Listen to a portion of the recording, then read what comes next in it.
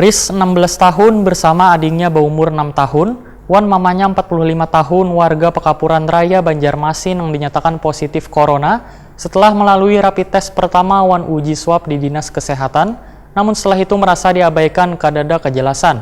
Akhirnya mendapatkan tanggapan Kepala Dinas Kesehatan Banjarmasin.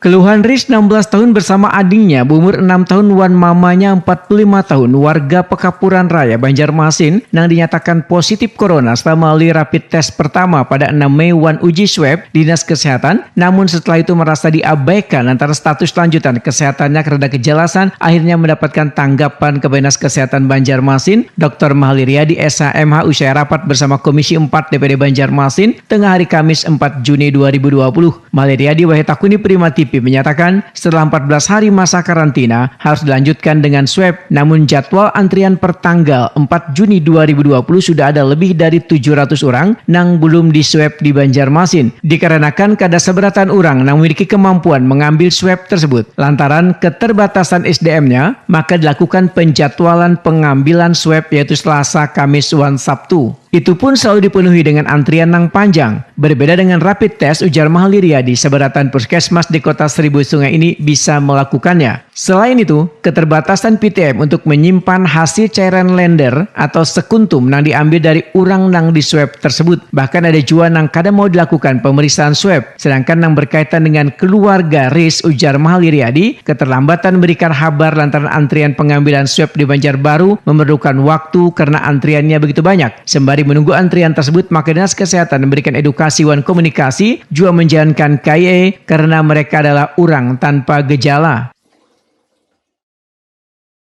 Kalau kasus seperti yang di Pekapuran itu harus seperti apa, Pak? Kasus yang seperti di Pekapuran itu, ya yang bersangkutan keterlambatan kita menyampaikan informasi itu disebabkan karena memang antrian di Banjarbaru untuk pemeriksaan swab ini memang butuh waktu yang panjang karena antrinya juga banyak.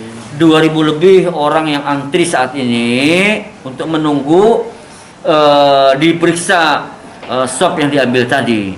Dan terakhir kabar pagi tadi ya 2600 jumlah orang yang masih antri.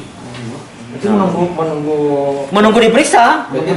Sudah diambil swabnya tapi belum diperiksa karena PCR yang kita andalkan saat ini 13 kabupaten kota yang di Kalimantan Selatan ini hanya ada satu di Banjarbaru, dan termasuk Kalimantan Tengah juga mengirimnya ke Banjarbaru. Nah, jadi bayangkan satu alat PCR menghandle dua provinsi, Kalteng dan Kalsel. Nah, bisa kita bayangkan antriannya panjang sekali kan. Nah, itulah yang menyebabkan tadi lambat untuk dilakukan pemeriksaan swab. Mahalir Riyadi menegaskan, bukan lantaran keterlambatan memberikan penanganan, namun antrian orang nang di swab terlalu panjang. Mahalir Riyadi pun memberikan apresiasi pada orang tanpa gejala nang kooperatif wan mengisolasi secara mandiri di rumah.